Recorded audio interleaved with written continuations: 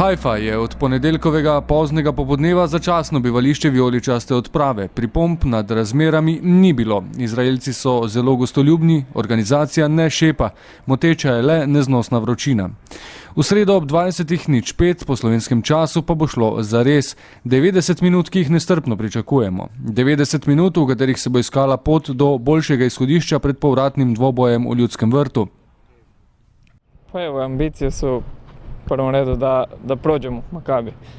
Moram reći, sutra je prva utakmica, prvih 90 minuta, imamo još kući za igrati za uzvrat, tako da sutra sigurno neće biti ništa odlučeno ovdje. Uvjeti drugačiji nek kod nas, malo je vruće, ali pripremili smo se i na to. Pa evo, normalna stvar, pije se više tekućine, malo više vitamina i normalne skroz stvari. Oni preferiraju taj ofenzivan nogomet, sigurno će napast, to je njima u krvi, tako igraju, pritisak s tribina će biti sigurno, ali mi nismo došli tu izgubiti, mi hoćemo proći tu tako da očekujemo dobar rezultat i ne bojimo se Makabija niti na njihovom terenu.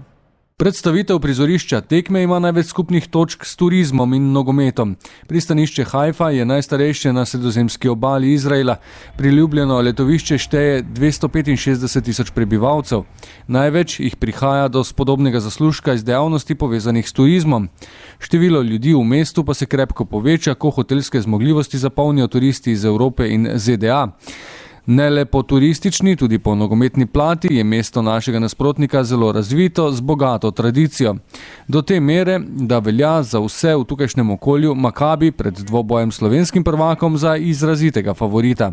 Čez dan smo obiskali novinarsko konferenco Izraelcev. V domačem taboru ne dvomijo o napredovanju. Novinarji so trenerja že spraševali, ali meni, da bi potreboval še kakšne okrepitve za zadnji kvalifikacijski krog Lige prvakov, kot da je Maribor že umaknjen z dnevnega reda. Omenjala se je tudi zamenjava vratarja, vendar Makabijev strateg Eliša Levi ni želel izdati začetne enajsterice. In kako je minilo odštevanje do tekme v mariborskem taboru? Dopoldne je bila na sporedu video analiza nasprotnika v hotelski konferenčni sobi. Zvečer uradni trening na stadionu Kirjat Eliazar. Prireditelji pričakujejo, da bo nocoj na tribunah okoli 10.000 bučnih navijačev.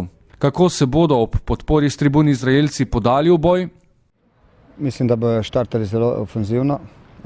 Tako so tudi na tekmi z borcem. Začeli so s pomočjo navijačev zelo napadalno in pričakujemo tudi jutri, da bo tako začeli. Definitivno moramo biti na to pripravljeni. Tudi na to, kot ste sam rekli, da je tempo, ritem spremenjen, da enkrat je to zelo agresivno, potem te skušajo umiriti. Mi moramo biti na to pripravljeni, kajti tudi ko te napadi ne bojo konstantni, bo nevarnost velika, tako da moramo biti na to pripravljeni. Sigurno je to za njih velik hendikep, za nas pa velik plus.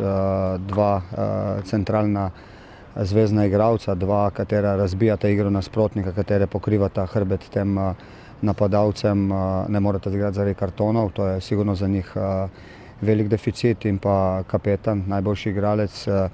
Vprašanje je, če bo njihov nadarjen, talentiran zvezni igralec igral. Vendar že te trije igralci pomenijo za njih veliko. Tako da enostavno, kar se nas tiče, želimo igrati dober nogomet, zato treniramo, da bi imeli veliko posesti, da bi bili nevarni in to znamo delati zelo dobro. Že to, da jim trije zelo pomembni igralci manjkajo, pomeni veliko in popolnoma jasno je, da bo ekipa Makabija drugačna, vendar kljub temu zelo kvalitetna. Ob spremljanju informacij z domačega tabora se predvideva tudi, v kakšni zasedbi bodo gostitelji šli na igrišče. Do zadnjega trenutka naj bi ostala negotovost ob nastopu ideologa igre, Eyala Golase, ki ima težave s poškodovanim kolenom. Zagotovo bosta manjkala Bokoli in Jahaja, ki sta si v dvobojih z borcem iz Banja Luke prislužila po 2 rumena kartona.